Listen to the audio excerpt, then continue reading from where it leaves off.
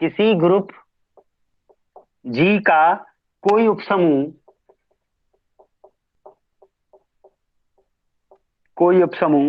Capital N एक विशिष्ट उपग्रुप होता है, एक विशिष्ट उपग्रुप होता है यदि और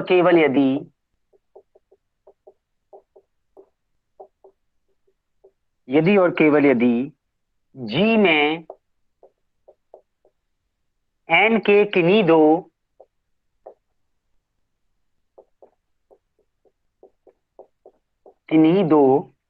दक्षिण सहसमुच्चय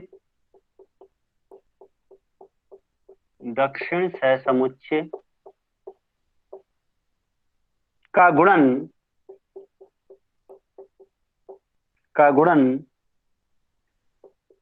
एन का एक दक्षिण सहसमुच्चय है।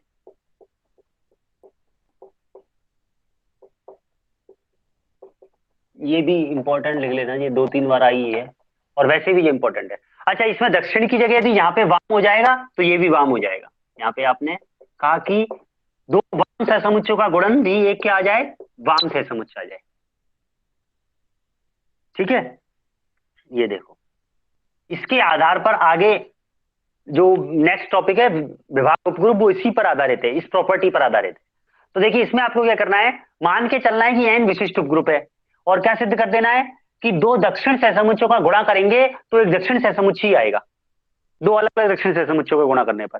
और फिर क्या करेंगे, विलोम में मान के चलेंगे दो दक्षिण सहसमुच्चयों का गुणा एक दक्षिण सहसमुच्चय आता है और सिद्ध कर देंगे कि एन क्या है, विशिष्ट उपग्रुप है।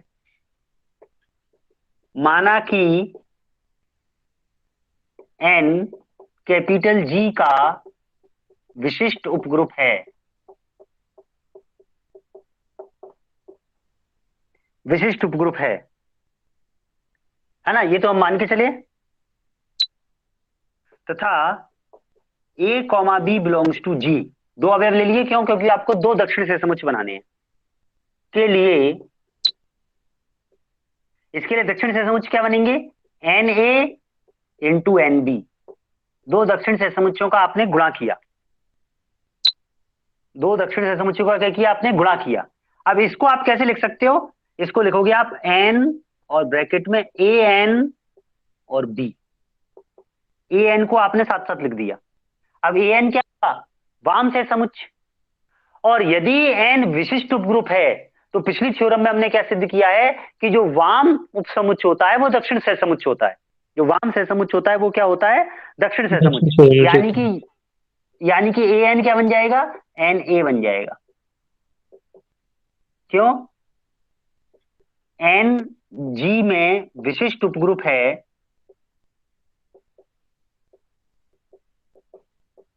इसका अर्थ हुआ A N equal to N A. पिछली थ्योरम में यही बात प्रूफ की है हमने। और देखो, अब इसको हम क्या लिखेंगे, एन एन ए बी। और ये एन एन को एन के ही दक्षिण सहसमुच्चय से गुणा करें तो एन ए बी ही आएगा।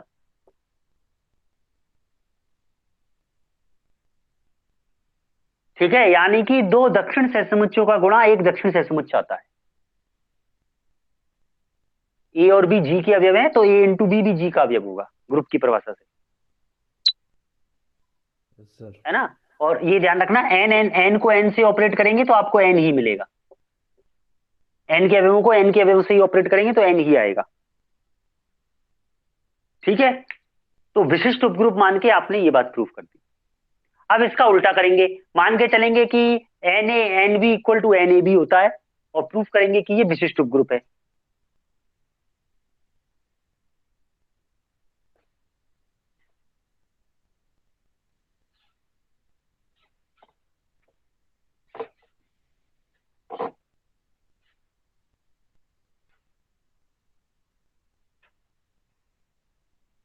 विलोमतः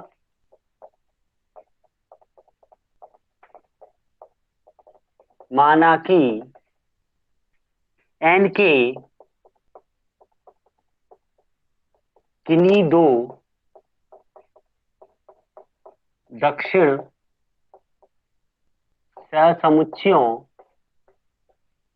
का गुणन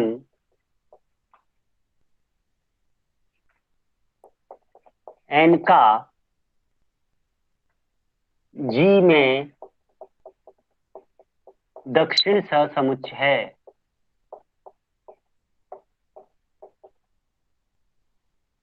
ठीक है ना। इसलिए इसलिए a belongs to N A जो होगा वो एन का अवयव होगा। Sorry, a belongs to g N A तथा एन ए इनवर्स, ये दोनों ही क्या होंगे, g में कैपिटल एन के दो दक्षिण सहसमुच्चय हैं। दो दक्षिण सहसमुच्चय हैं, क्योंकि a यदि g में है तो a इनवर्स भी g में है, तो a और a इनवर्स से ये इसके दो दक्षिण सहसमुच्चय बनेंगे, सहसमुच्चय हैं। तो अब ये दोनों दक्षिण सहसमुच्चय, इनका गुणन करेंगे तो भी दक्षिण सहसमुच्चय आएगा। तो इनका गुणन क्या होगा, एन ए इनवर्स, ये भी क्या हो जाएगा, भी एक दक्षिण सहसमुच्चय है। भी एक दक्षिण सहसमुच्चय है। ठीक है, ऐसा तो कोई दिक्कत नहीं है। आपने मान के चले कि दो दक्षिण सहसमुच्चय का गुणन एक दक्षिण सहसमुच्चय होता है, एन एक दक्षिण सहसमुच्चय है, तो एन इनवर्स भी एक दक्षिण सहसमुच्चय होगा, और उनका जो गुणन है वो भी एक दक्षिण सहसमुच्चय ही आएगा। अब एन का जो होगा वो ए होगा, A belongs to N A, तथा A inverse belongs to N A inverse. It implies A inverse belongs to N A inverse, और इसको आपने मान लिया एन बी। इन दोनों का गुणा करने पर जो दक्षिण सहसमुच्चय आता है वो एन बी आता है। तो इसका मतलब क्या हुआ, तत्समक अवयव जो होगा वो एन बी का अवयव हो जाएगा।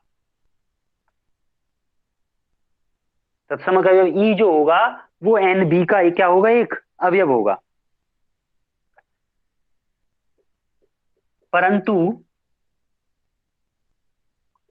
एन ई बराबर तो एन होता है।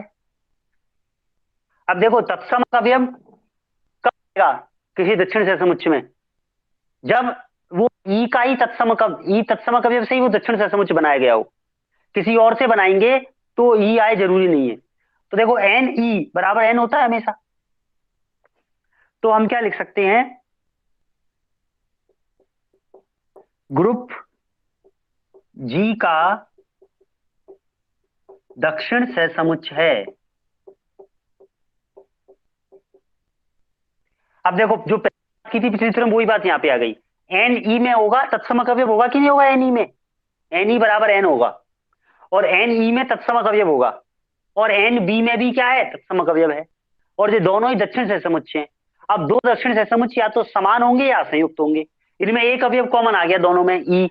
इसका मतलब जो एन बी होगा वो एन ई के बराबर होगा, यानी कि एन के बराबर होगा। एन बी बराबर क्या होगा, एन। एन बी का मतलब एन ए इनवर्स बराबर एन आएगा। इसका अर्थ ये हुआ ग्रुप जी का एक दक्षिण सहसमुच्चय है तथा ई बिलोंग्स टू एन ई।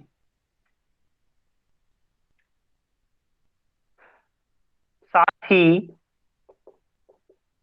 हम जानते हैं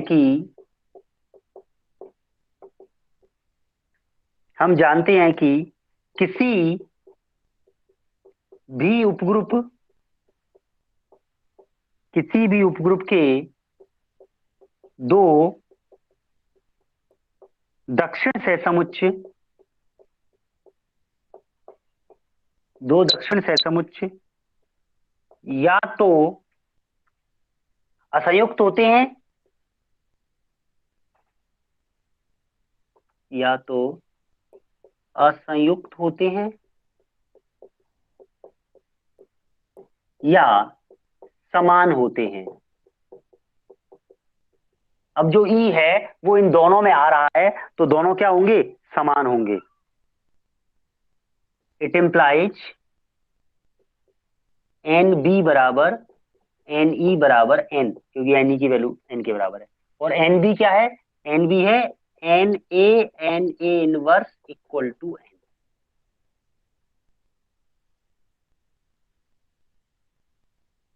for all A belongs to capital जी।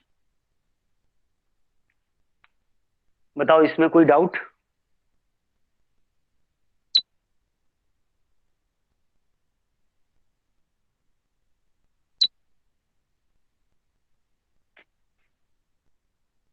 देखो एक बार दोबारा समझ लो, बोर्ड पे लिखा हुआ है। मान के चल रहे हैं कि एन के किन्हीं दो दक्षिण सहसमुच्चयों का गुणन भी एक दक्षिण सहसमुच्च होता है। एन ए और एन ए इनवर्स दो दक्षिण सहसमुच्चय हैं, तो इनका गुणा जो आएगा N A N A inverse, वो भी एक दक्षिण सहसमुच्च होगा। जो ए होगा वो एन ए का अवयव होगा, ए इनवर्स एन इनवर्स का अवयव होगा।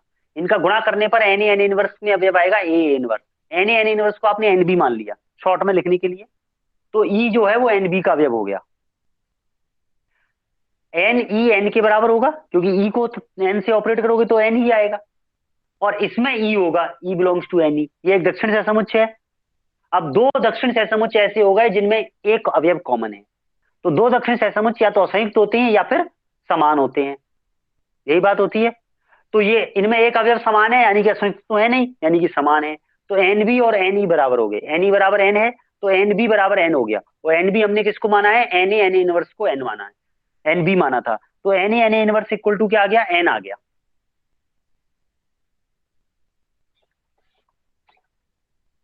आपको सिद्ध करना है कि एन क्या है, एक विशिष्ट है। अब हम इसका अर्थ ये हुआ। अब इसमें किस टाइप के अवयव होंगे, इसमें अवयव होगा N one A N to A inverse. N one और एन टू कैपिटल एन के अवयव मान लें। और ये किस में आएगा इस तरह का अवयव, कैपिटल एन आएगा।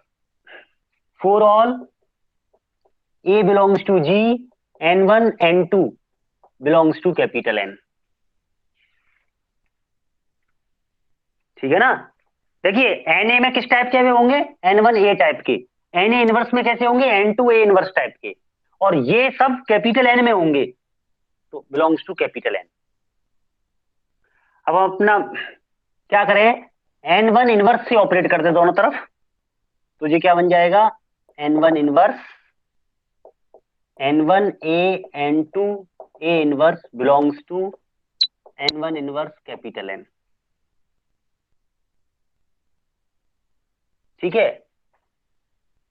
अब देखिए इसको साथ में ले लें, N N inverse N one को A N to A inverse. अब यहां पर ये कैपिटल एन आ जाएगा, क्यों, क्योंकि देखो N one belongs to capital N है, इसका मतलब एन वन इनवर्स भी किसका अवयव होगा, कैपिटल एन का होगा, क्योंकि ये उपग्रुप है तो प्रतिलोम विद्यमान होगा। और इसका मतलब ये होगा कि एन वन इनवर्स एन जो करेंगे वो एन के ही बराबर आएगा, क्योंकि ये इसका अवयव है। और ये क्या बन जाएगा, तत्समक अवयव E A N to A inverse belongs to capital N. इसका मतलब ये हो गया A N to A inverse belongs to capital N for all N two belongs to capital N और ए बिलोंग्स टू जी। और ये किसकी कंडीशन है, ये विशिष्ट उपग्रुप होने की कंडीशन है।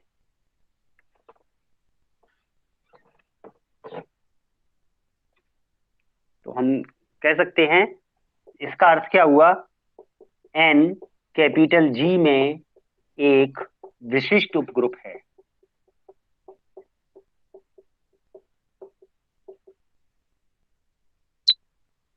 ठीक है?